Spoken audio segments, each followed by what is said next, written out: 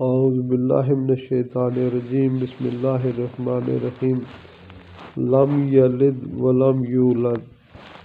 میرے پیارو، اللہ سبحانہ و تعالی نے سورہ اخلاص کی اس چھوٹی سی آیت میں یہود و نصارہ کے اس باطل نظریے کا رد فرما دیا ہے۔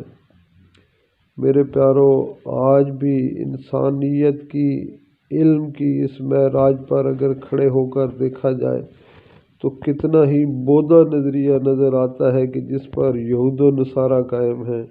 میرے پیارو، اللہ سبحانہ و تعالی نے قرآن حکیم میں کئی اور مقامات پر بھی ان کے اس نظریے کی تردید کی ہے، لیکن سورہ اخلاص ایسی تمام کی تمام ان عقائد پر ضرب لگاتا ہے جو ان لوگوں نے اپنا رکھے تھے۔ اللہ سبحانہ و تعالی ہمیں بھی اس کا یقین نصیب فرمائے۔ آمین آمین۔